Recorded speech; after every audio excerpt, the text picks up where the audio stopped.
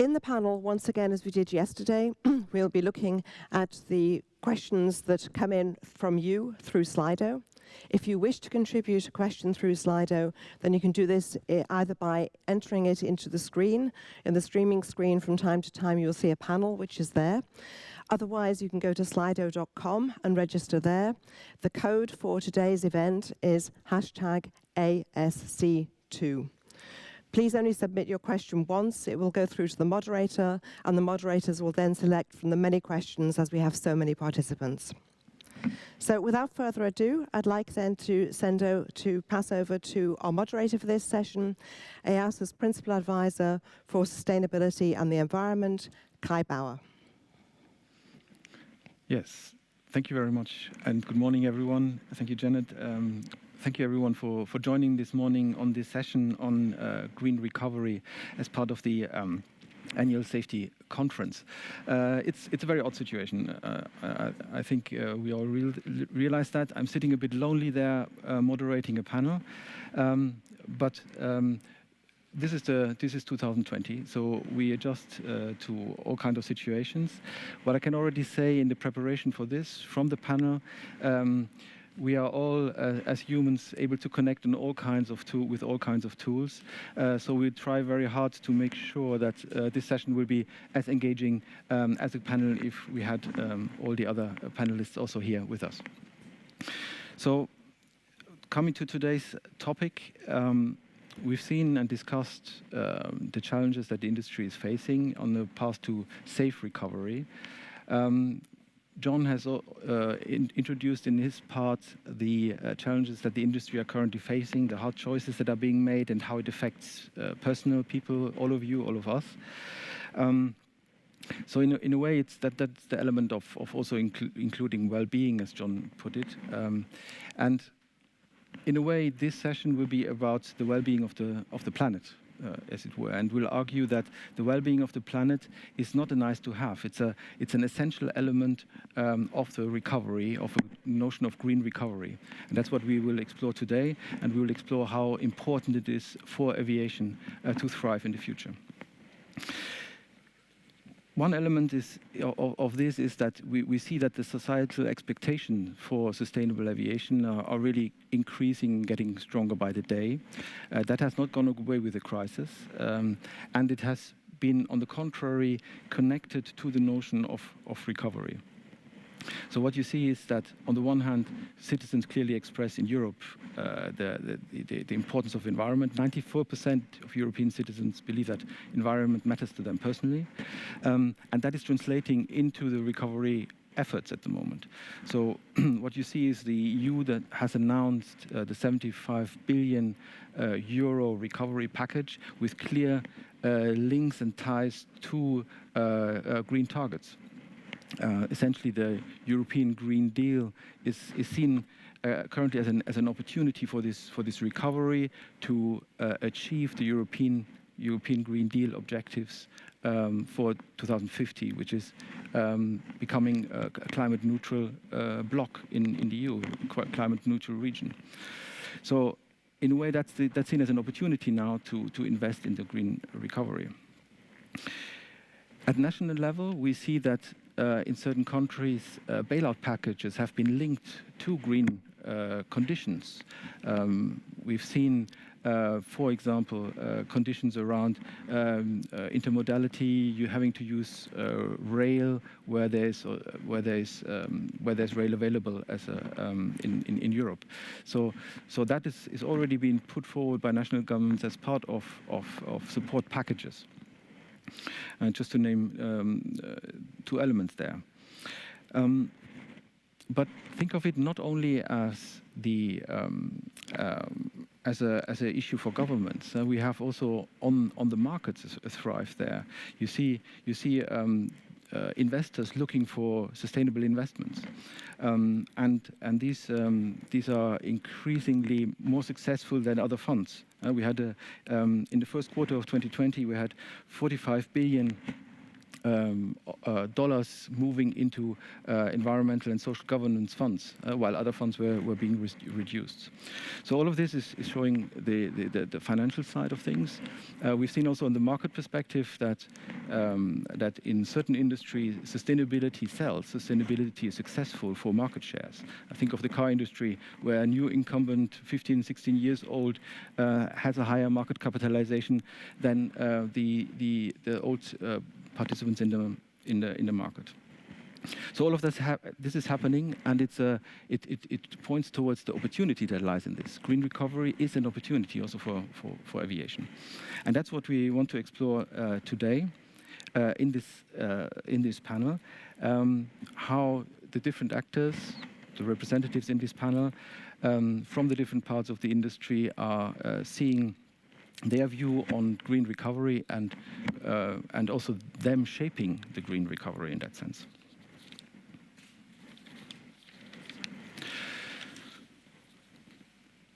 So the panel we look into both the strategic elements, but also the next steps, which are very much asked for by the younger generation. What do we do immediately? And we'll explore this notion of green and sustainable recovery from different parts of the industry. So with that, let me introduce now the panel that is with us virtually in this for this session. Firstly, we have Simone Rauer from AIRBUS. She's head of aviation environmental roadmap at AIRBUS, a cross-organization roadmap to address environmental challenges, and she will be sharing with us the product and design-related perspective. We have Marc Houalla, Deputy Executive Manager at Group ATP and Managing Director at Paris Charles de Gaulle Airport. He'll be sharing with us the airport's perspective and the strategy at ADP Group around sustainability. Dae-hee from Lufthansa Group is Head of Environment and Social Governance Management at Lufthansa Group. And he has a background actually also in other industries, sustainability efforts in production and also the automotive industry. So we'll be looking forward to his perspective from the airlines industry. And last but not least, we have Marylin, Head of Sustainability at EUROCONTROL, and with her experience in different responsibilities, again, on sustainability in the ATM field, we'll be looking forward for the ATM perspective. So that's the panel that we have virtually with us here today. It is a new format. We are trying our best, as I mentioned earlier, to have a good connect in this virtual room. We have 3 sets of questions that that will be for all panelists, and then you have the chance to ask your questions. We're looking very much forward to that. As Janet has already mentioned, put your questions on Slido and we put them online. So let's start with Simone from AIRBUS. Simone, can you share with us your activities and your priorities at AIRBUS around green recovery in the short near term, going out of the pandemic, but also strategically into the future? Simone, please. Yes. Thank you, Kai. Can you hear me well? Yes. Good. So good morning to everybody. It's a pleasure to be here with you today. Yes, I just would like to maybe mention that at the first opportunity that the pandemic has not pushed sustainability down in our aviation agenda. It's actually quite the opposite. But before starting and to come to the AIRBUS environmental ambitions, I would like to start with today's most preoccupying priority, which is actually the foundation also for the green recovery that Kai was just discussing. So it's actually the recovery of the air traffic and the industry as such. So while the situation has improved slightly recently, you can see on the map on the slide actually that with the pandemic still active in many world regions, countries are still keeping borders restrictions in place, and they have quarantines in place which prevent international traffic to restart. At that moment, it is really essential for aviation and its community to keep demonstrating that the strict and monitored sanitary protocols are safe and consequently applied. And in fact, that is more than in any other mode of transportation. The health authorities play, of course, a very central role in designing and implementing such sanitary protocols. But we can say that forces are joined, and a lot of work has been achieved with international health organizations in collaboration with ICAO, EASA, of course, and also FAA.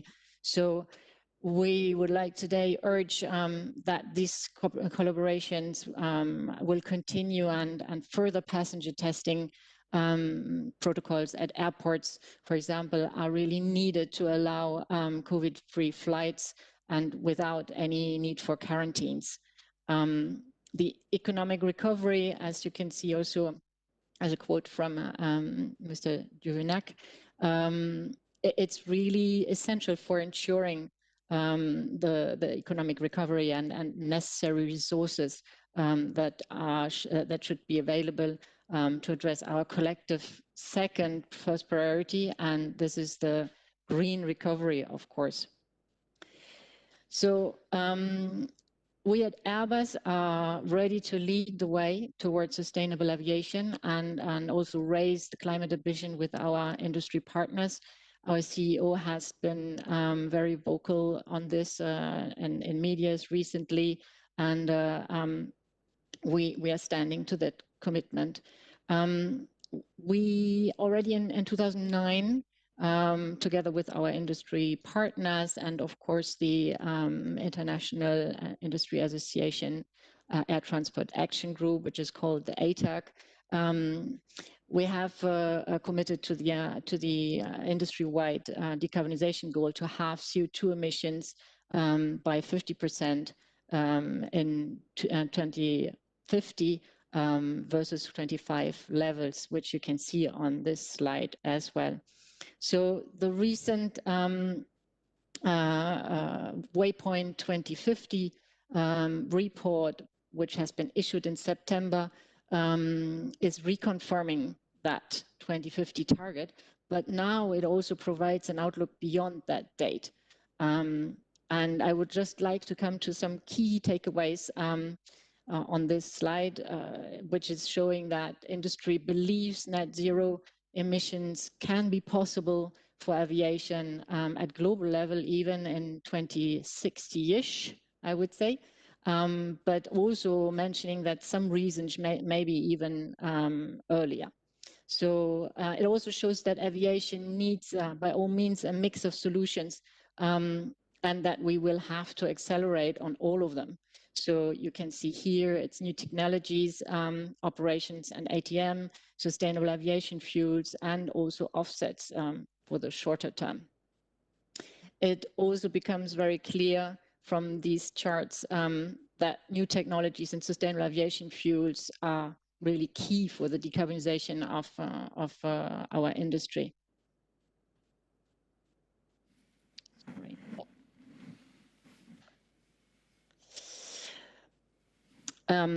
At AIRBUS, we are really confident that zero emission aviation is not only possible, but also achievable. And as an aircraft manufacturer, green technologies are at the core of our ambition. AIRBUS is actively working and collaborating on all of the mentioned solutions on the previous slide, and also the multiple technology pathways, including sustainable aviation fuels and e-fuels. But one particular technology pathway that we are exploring is hydrogen. And we have identified hydrogen as one of the most promising technologies for zero emission flight. Of course, if it's generated by renewable energy, then it would not produce any CO2 emissions at all. So recently we have announced our bold ambition to develop the first commercial zero emission aircraft, and that already by 2035. We have also presented in September then 3 really game-changing hydrogen-powered concept planes that you can see here on that slide. 2 of them are based on the current turboprop and turbofan aircraft designs, but they are powered by hydrogen combustion engines. In both of those cases, you can see that H2 tanks are placed in the aft fuselage, and the overall aircraft design, the fuselage to wing, is not changing dramatically. And the one which you see in the middle is based on a totally new aircraft shape, the flying wing, which is offering multiple options for H2 storage, distribution and cabin layout, and which is actually also designed, or which is also previewed for longer range operations. All of these aircraft are concept planes, and they simply allow us to project ourselves into the future and to work with certification authorities, airlines and airports and many other stakeholders. So over the next 4 to 5 years, we will mature these technologies and refine each concept to ensure we can deliver on our ambition for 2035. This is a very dense agenda, but we believe that from an aircraft perspective, this is doable. We also think that technical challenges due to hydrogen are overcomable, but of course, we need the right ecosystem and infrastructure to make this ambition really a reality. So working together and focusing resources with all stakeholders within and also across industry sectors, which is really important, especially for hydrogen, but also with policymakers and research institutions, will be really essential to allow the aviation to fully benefit from hydrogen technologies and their environmental benefits when produced with renewable energies. So we're in a annual safety conference. So of course, when talking about hydrogen, I would also like to mention that safety remains, of course, a top priority for AIRBUS. And this is also applicable, of course, for the implementation of breakthrough technologies. And there will be no compromise. Safety standards of current aircraft will have to be either matched or even exceeded before such an aircraft can enter into service, of course. Thank you.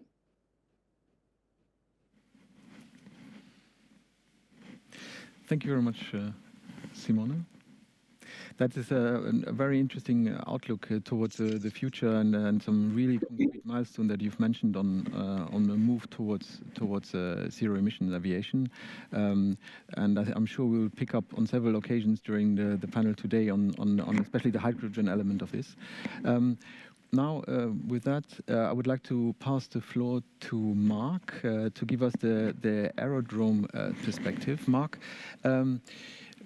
of course, every journey starts at the airport. You have a strategy in place that looks at elements that are already happening now, and also for the more strategic and future elements on that Simone has alluded to. So, Marc, can you give us your views on how aviation recovers green, can recover green from the airport perspective?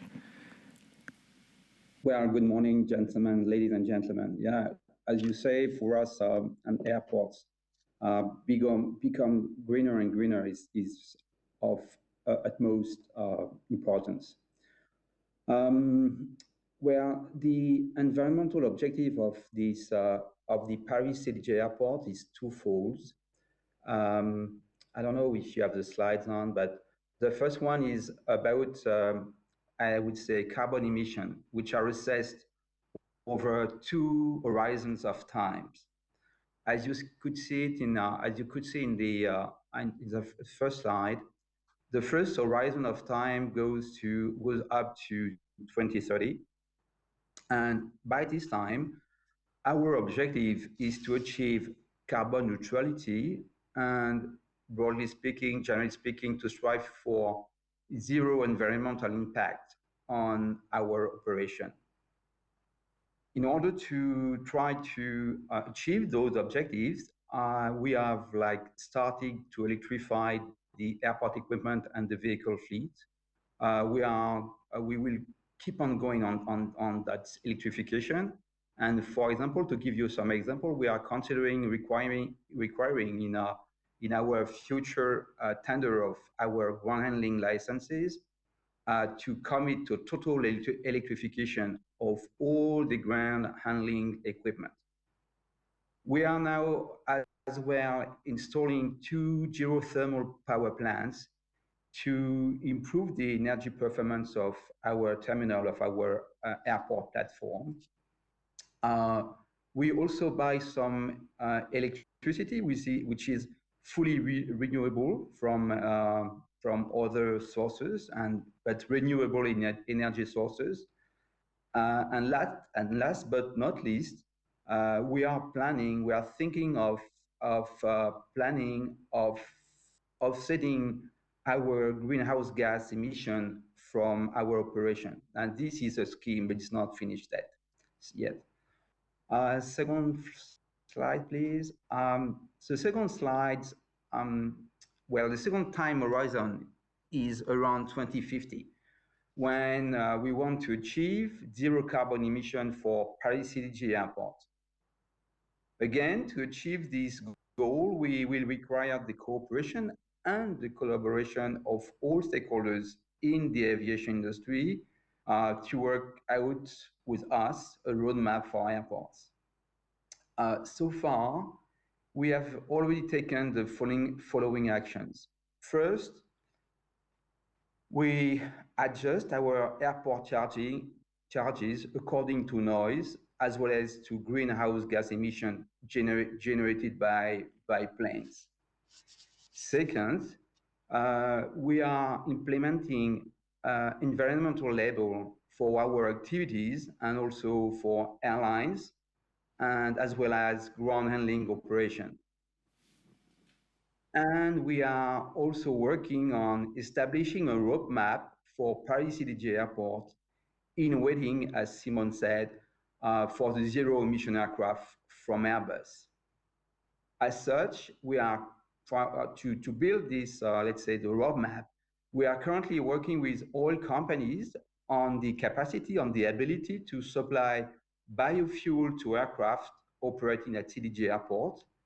And in the longer term, we are studying the impact of the production and the use of hydrogen, as well as the zero emission aircraft operation on our infrastructures. It means that we are already working with AIRBUS in order to know what would be the impact of having this hydrogen or zero emission aircraft from AIRBUS operating at CDG. Next, please. The next slide is, finally, the containment of greenhouse gases and aircraft and noise. We must not overlook the importance of other environmental objectives. Those are crucial, I think, to sustainable development of the airport first. And you could see in the slide that some example of what would have been achieved at Paris CDG. First of all, we have a whole section on environmental objective around the restoration of biodiversity. And for instance, we are now replanting forests in the region of Paris CDG region.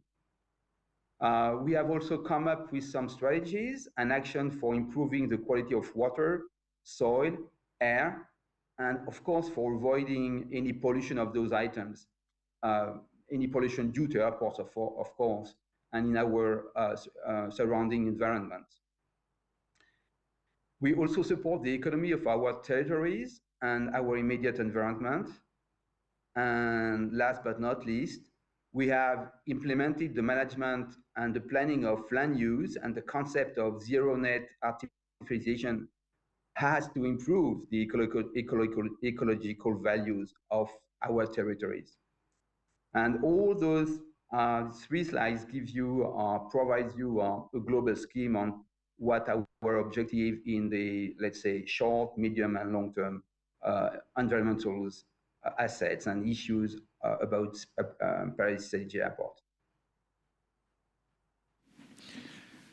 Thanks a lot, Marc.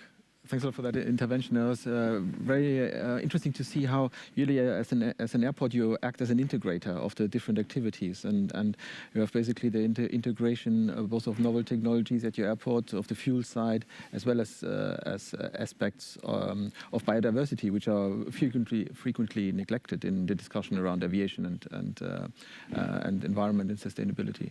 Thank you very much for this intervention. Also, again, I think it's interesting to see that you're already working there with Airbus on the hydrogen future. That's another very interesting way of seeing, because obviously we all realize that hydrogen is not something that one actor can do alone in this context. What I want to point out is the hydrogen aircraft is not a concept; it's becoming a reality. Yes. Thank you very much. I think this is a very strong message also towards the outside world, outside the industry. With that, thank you, Marc. I'd like to move on to Dae-hee to give us the airline perspective from Lufthansa Group on green recovery. Where do you see Dae-hee? Where do you see the priorities from a Lufthansa perspective? And welcome to the panel. Yeah, thank you, Kai, and also welcome from Frankfurt. Thank you for the opportunity to share our perspectives from Lufthansa side. So when it comes to recovery and also to especially on green recovery, let's shortly have a look on what we actually think about, or what in terms of ESG or sustainability from a little bit broader perspective do we consider. The overall purpose of Lufthansa, of course, stays the same, that we connect people, cultures, and economies. The way we will do this will probably transform. So we are coming from a long growth path. We are going to a more sustainable value creation path. I think this is especially important to look at the bigger picture, as we have to be careful that when it comes to decarbonizing or to become a more kind of environmental friendly airline, we have to think about not to shift value creation to other countries bordering to Europe with lower social and governance standards. So social and governance aspects remain very important, especially now also during COVID. That's why I just wanted to bring up also a little bit the broader picture. Now let's look a little bit more then into the focus topic of today, into the green recovery.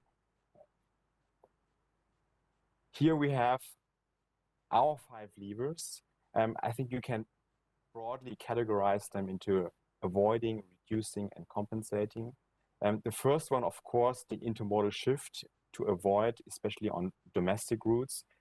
Kai, you mentioned already in the state support packages, when we look, for instance, in the Austrian airline, we have had integrated elements of this intermodal transport, that we actually cut the domestic routes in Austria, kind of from Linz, Graz, Klagenfurt, Salzburg, that we shift this to intermodal transport.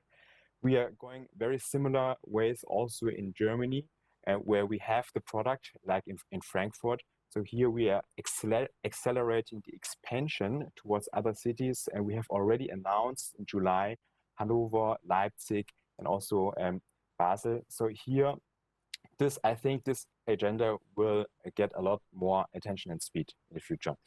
Then on the second one, the fleet renewal, of course, has been always an important driver and an important factor when it comes to efficiency.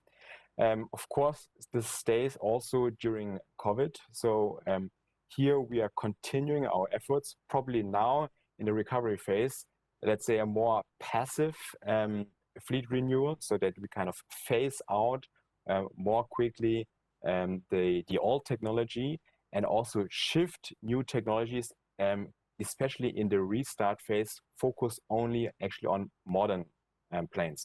So one very recent example is that we have moved 4 A350 to Frankfurt. Then, of course, on the ops efficiency side, both, I think, on the ground, but also when it comes to departing and landing procedures here, and also like the bigger topic on single European skies, we, of course, push this agenda forward as well. Then I think of the 5, sustainable aviation fuels is probably the most promising and also the most impactful driver. Here, it is, we will see, I think, in the coming years, accelerated progress on this. We are pushing a lot also on the political agenda. We are participating in in various technology roadmaps and collaborations with cross-industry, with other players, and also on a national scope. Then, of course, as the airline industry itself is a hard to decarbonize industry, we will not solve the problem without compensation. So compensation will remain crucial for us to get to net neutrality. And of course, here we want to stimulate and we want to facilitate also the customers a lot more to make compensation more attractive, to make it more visible, also to make it more tangible for them to understand what it actually means to compensate.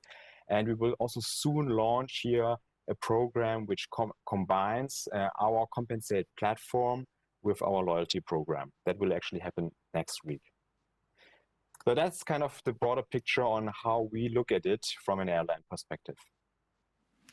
Thanks a lot, Dae-hee. That's a very insightful, and I think you brought a couple of new components that we hadn't discussed indeed in the panel so far, especially how the customer, the consumer, will be brought into the picture and also has a role to play in a path to sustainable recovery. So. Exactly. Thank you very much for these insights, and I'm sure we'll come back to some elements of the consumer perspective and how also sustainable aviation fuel play their role in the later discussions during the panel. Now I'd like to pass the floor to Marylin to give us the perspective from the ATM world. To complete the picture here, of course, there's efficiency to be gained from the ATM world. So looking forward to your perspective on green recovery, Marylin. Thank you, Kai, and thank you for giving us this opportunity to explain what EUROCONTROL is doing in terms of supporting a greener recovery. And I would like also to say good morning to our viewers. So one of the priorities of EUROCONTROL, together with our 41 member states, is to support the aviation, the European aviation recovery in a sustainable mode. Concretely, it means that different actions, initiatives, projects have been started on short, mid, and long terms to support our stakeholders to face the challenge of a green recovery in a context of a lack of cash. You have certainly seen it on our social networks or on our website, but since the beginning of the COVID crisis, EUROCONTROL has intensified the publication of data, reports, and updated traffic scenario because we believe that providing information is key for our stakeholders to help them in this recovery. In our role as network manager, one of our priorities is, of course, to optimize the network. So, for instance, together with our operational stakeholder, we have relaxed up to 1,200 RAD measures. It means that we have removed from the network 1,200 restrictions to improve flight planning options for the airspace user. And thanks to this collaborative work with our operational stakeholder, we save up to 26,000 nautical miles per day. And we are still working on relaxing other constraints. Of course, the main challenge will be to avoid to insert this restriction back into the network when the traffic recovers. And here, a second initiative that is also facilitated by the network manager can largely contribute to build a more resilient and scalable network.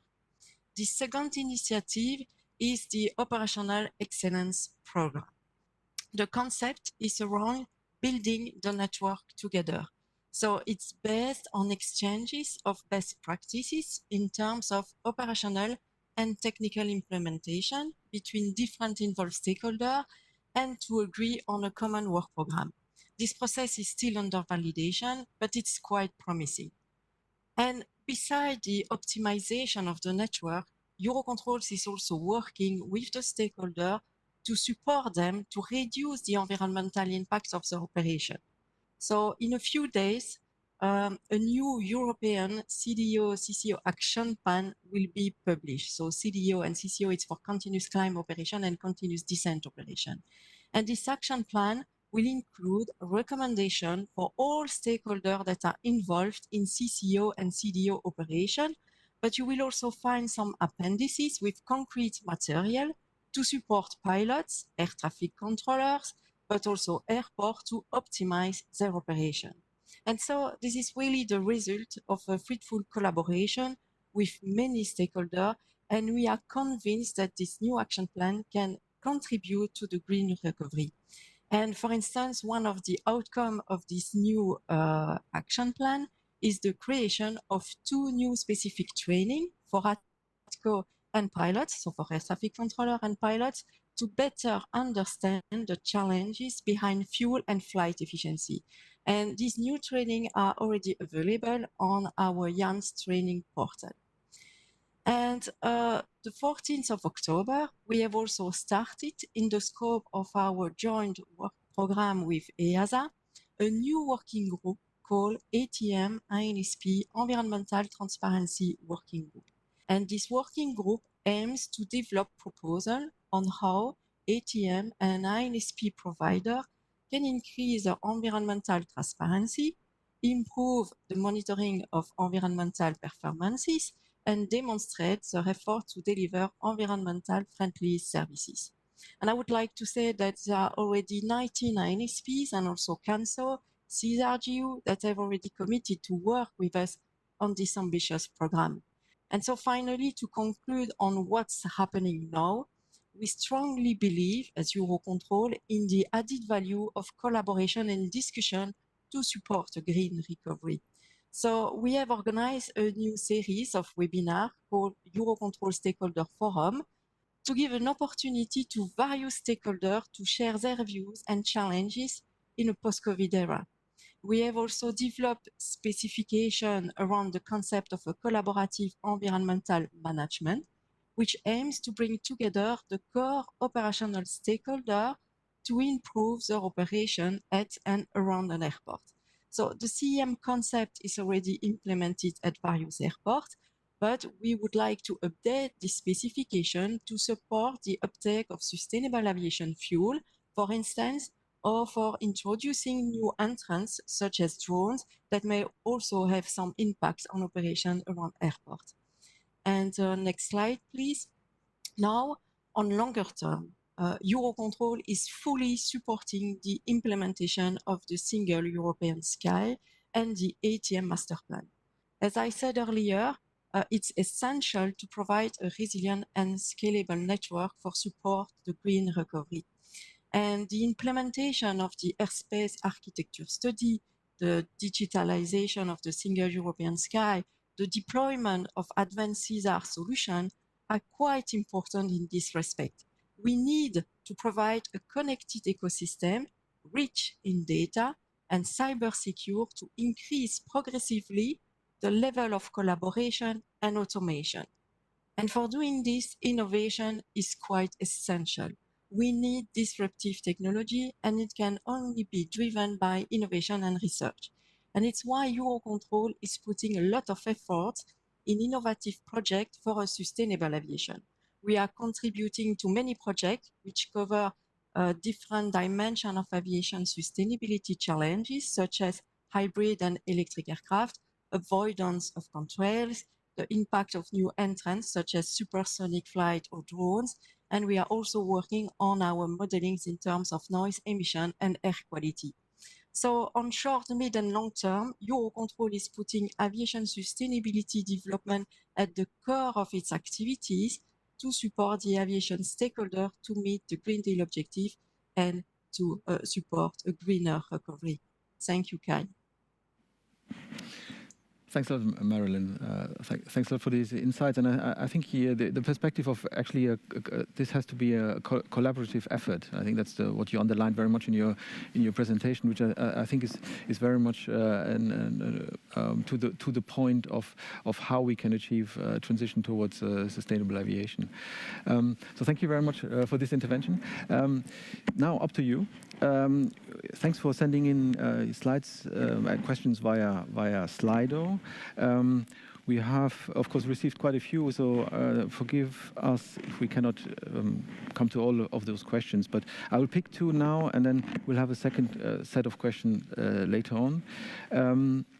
First goes to Simone, actually, the first question that we've received on Airbus zero-emission aircraft.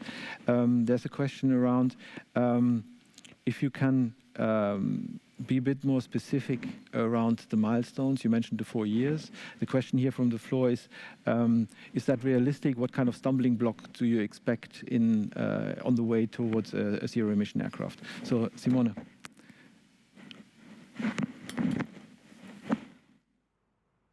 You're on mute at the moment. We cannot hear you. Simone, at the moment we cannot hear you. You seem to be on mute, Simone.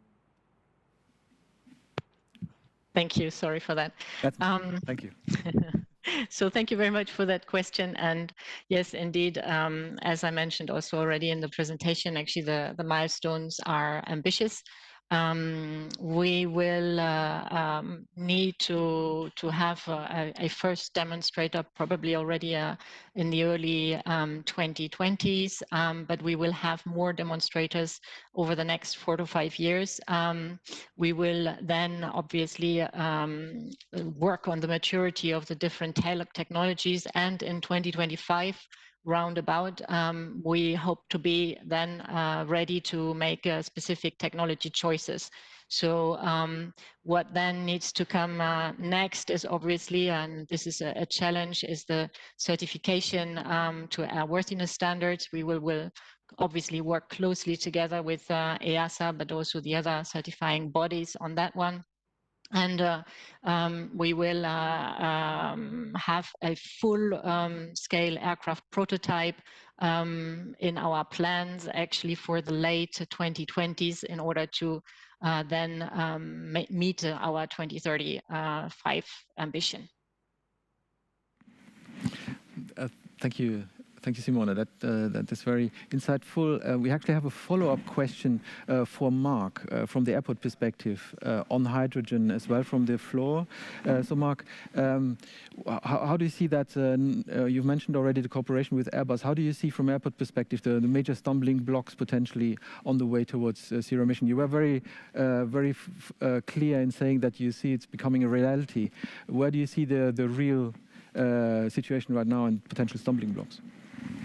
Well, the first thing is we have to measure, to study how the shape of the aircraft could have an impact on our infrastructure. But before that, we have also to work on how to convey the hydrogen. And we see that, while we are in discussion with oil companies and hydrogen companies. And before that as well, we have discussion with the hydrogen maker companies how to produce hydrogen and how to produce it maybe from the CO2 we can get from the airport emission. So for us, the main problem is how to produce, convey the hydrogen to the airport and then from the airport to the aircraft. Thanks a lot, Marc. I think it points towards obviously your advanced thinking on this element, and thanks for sharing that with the audience. And Kai, sorry if I may add something, and yes. I'm fully agreeing, obviously, with Marc, and as he was saying, we are already working together. we at AIRBUS, we are working with airports on a hydrogen hub, airport hydrogen hub concept, which is obviously important, as Marc was saying, is to raise the availability of H2, but also at airports in particular, but also obviously the infrastructure that is needed, the development of the infrastructure. And here we are obviously working already, but we will increase that in the near future with all the stakeholders that are necessary in order to make this happen, as Marc was saying. Yes. Thanks a lot, Simone. It links very well to our second block of the questions now that we have for everyone, which is around the question of it's a collaborative effort. No one can do this alone. No man is an island. No aviation system is run by a single part and actor. So the next question for actually all the panelists, and I will ask everyone to have a very short statement on this, will be around what do you need from other actors in order to transition and recover green? Be it investors, be it customers, be it regulators, be it EASA. So this is the question to the panel. In this integrated system, what do you need from other actors? We start here with Dae-hee, with your view on this question. Yes, so Kai, as you mentioned, I think first and foremost, the most important thing is this is a topic which can only be solved on a global level in a joint effort. So I think as we have learned also through the pandemic, this cannot be solved by just one country or one region. This is a global effort.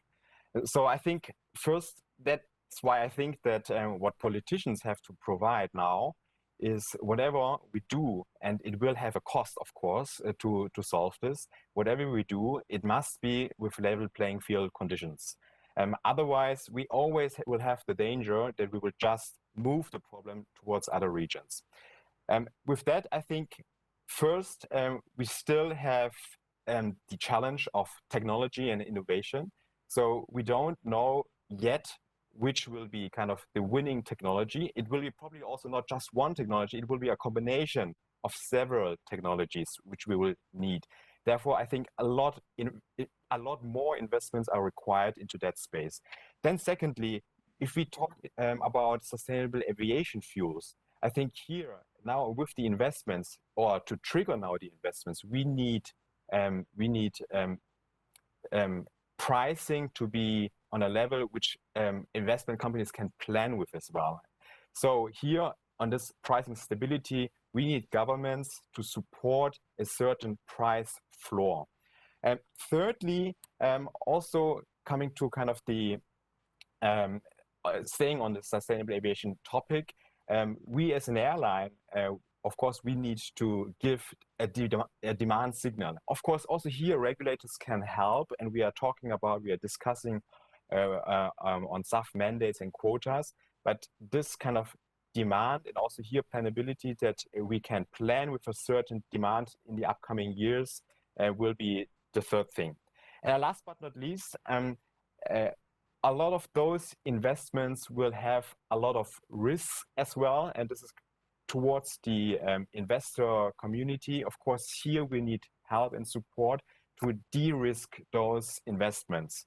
So examples are kind of if you give loan guarantees or development capital on those ones, here that can trigger and accelerate the industrialization. Thanks a lot, Dae-hee. That was a very concise and comprehensive set, I think, of elements that are needed for sustainable aviation to become true. We're moving on to Marc now. Marc, from the airport perspective, what do you need from the actors and your interlocutors? Where are the biggest pain points, if I may say so, from your perspective? Well, first of all, when it comes to regulator, we think that they have a main role to play. First, in establishing rules and constraints to protect the airport neighborhood, of course. For instance, they could fix noise limits for airports, or they could,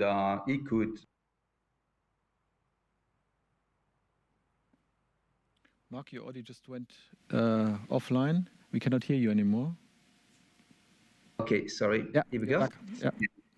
Yeah, so the regulator, they can also promote and establish incentives to the air transport stakeholders for them to try to reduce as much as possible the noise of and of course the greenhouse emissions. What we see as being another task for regulators is to conduct what I would say independent and non-questionable studies. You know, as a matter of fact, and especially in France, when it comes to environmental issues, there are a lot of false or biased figures produced or generated by the proponents of the aviation bashing. As such, we think it's of prime importance that regulators conduct independent studies that will restore the true figures for greenhouse gas pollution of the air transport vis-à-vis industrial and services activities, and notably other modes of transport. And I think also it's very important and imperative that the regulator look at the environmental impact of notably the railway transport, taking into account greenhouse gas emission and the biodiversity impact created by the construction of the railway track. And last but not least, with all the other players, it is, I would say, vital that all of us, air transport stakeholders, work together as soon as possible on the key decarbonization, of this mode of transport. We have come up with short, medium, and long-term roadmap and objective, which will pave the way for the full decarbonization of the air transport. Thanks a lot, Marc. I think that is a very interesting overview, and I think one of the elements, of course, that is very close to EASA's heart also is about putting facts on the table. That's where EASA, of course, is also sees its role to contribute, and we are working there with different actors, including the Environment Agency, the European one, to develop further this notion of having facts, independent facts out there. Thank you very much for this. Passing on to Marylin, from your perspective, what should... Yeah. Thank you, Kai. I think I'm going to repeat a little what I have said in the first question, but we need more funding for research and innovation because it's key. We need this disruptive technology. We need to move forward, so we really need to work on this aspect. And we also need to incentivize the development of sustainable aviation fuel because developing the market is really essential. And it has been said also by the other panelists, but SAF is really key. So recently in our think paper on aviation taxes, we have highlighted the need to work on long distance flights because focusing only on short distance flight will only consider 4% of CO2 emission of the aviation sector. Hence, it's really important that our regulator, our financial institution, support the development of new technology, but also ensure that the aviation sector will have access to green hydrogen and renewable energy. Because if we have listened to the other panelists, hydrogen aircraft are quite important in the future, but of course, they need access to green hydrogen. And here, the competition between the different transport modes could be an issue here. So we really need the support from them to ensure the access for the aviation sector. Thank you very much, Marylin. That's a very concise overview. I think it links very well with what we've heard before about interlinkages that are needed. Passing on to Simone on this question, where do you see the pain points and what do you need from other actors as priority? Thank you. And your audio, remember to switch on your audio. Okay, thank you. Thank you, Simone. Good. So yes, a lot of points have already been said by the previous speakers, to which I completely agree, especially on the collaboration part, which needs to be even increased. I mean, there is already a lot of collaboration ongoing amongst aviation stakeholders, but we also need to do that with different other sectors, and of course we need to increase the work with policymakers and also the energy providers.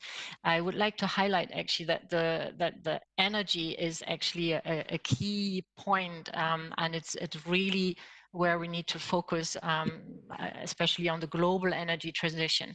So the renewable energy, we see actually that there's a lot of scale up in a really very quick pace in many regions recently on renewable energy.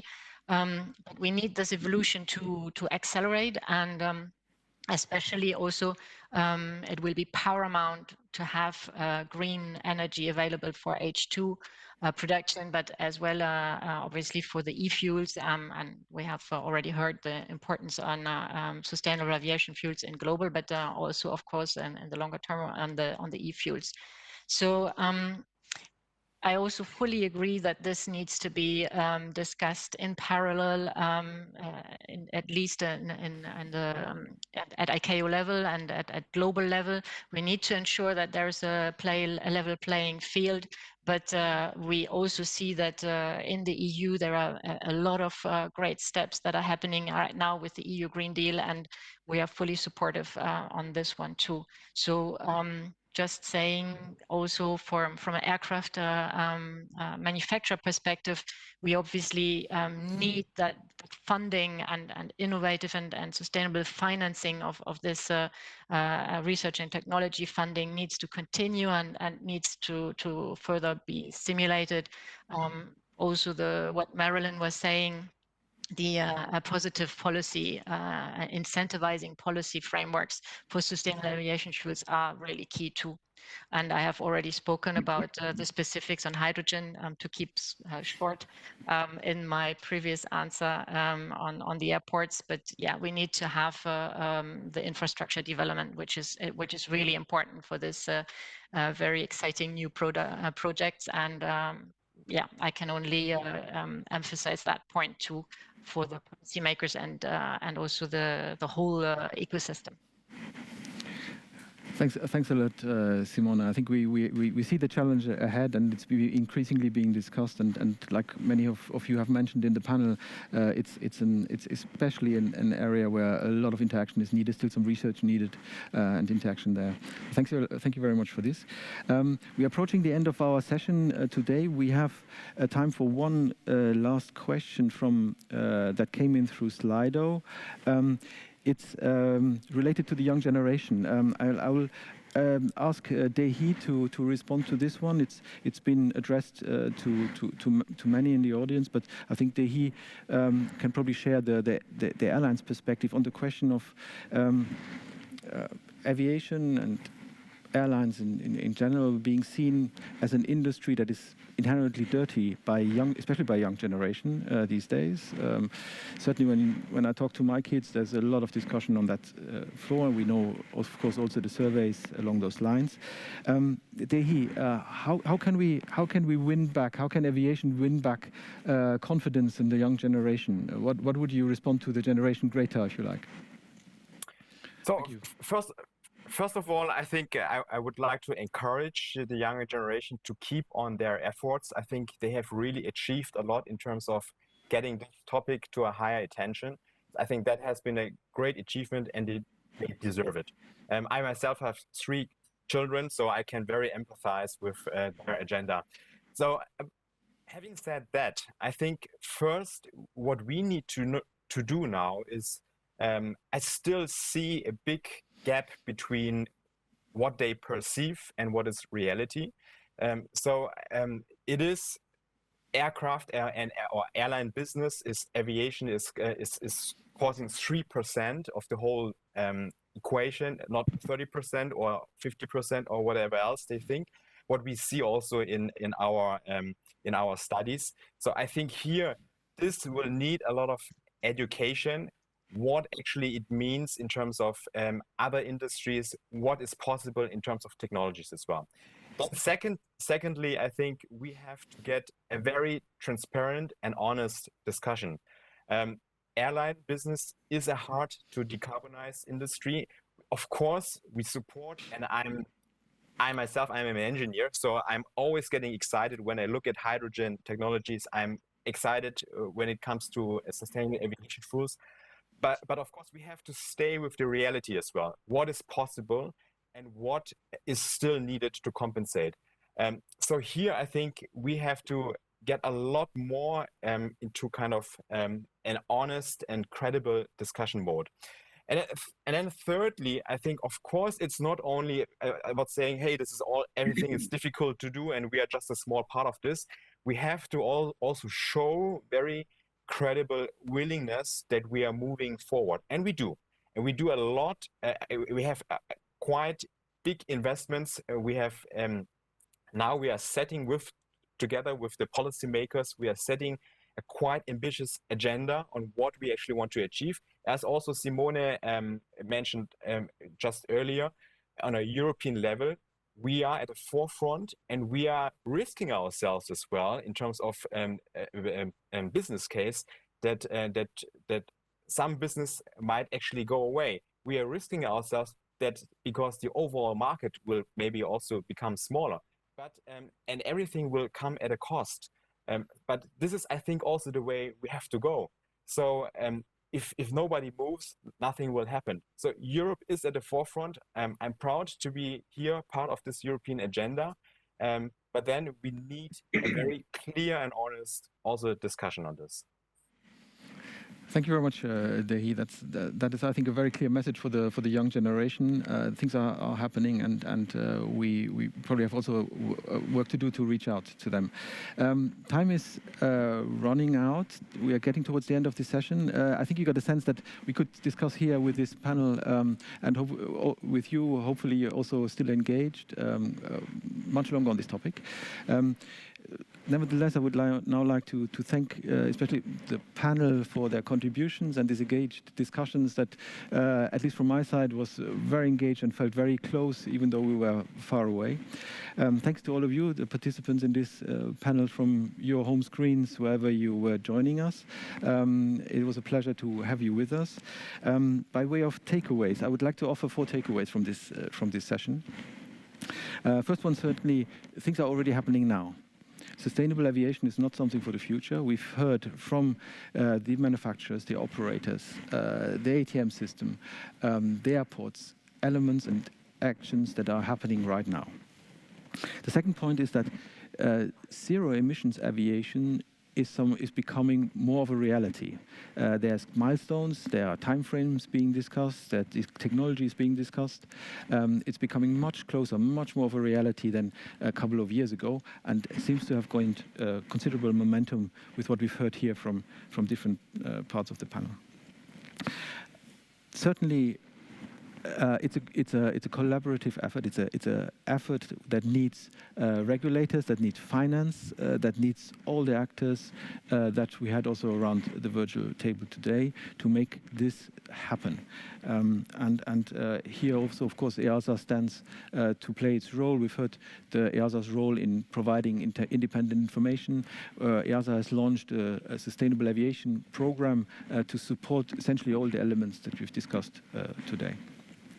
And finally, it's also around outreach, to reach out and communicate to the passengers, to the citizens, to the young generation, to make them understand what is actually happening in the industry, and of course how they can make choices that help sustainable aviation to become more of a reality and a growing reality. So with that, these are the key takeaways. Again, thank you all for joining, and with that, I'll hand back to Janet for the next session. Thank you. Thank you very much, Kai, and thank you to all of our panelists for giving us a glimpse into what's happening today to make that future tomorrow that we're all looking forward to actually come into place.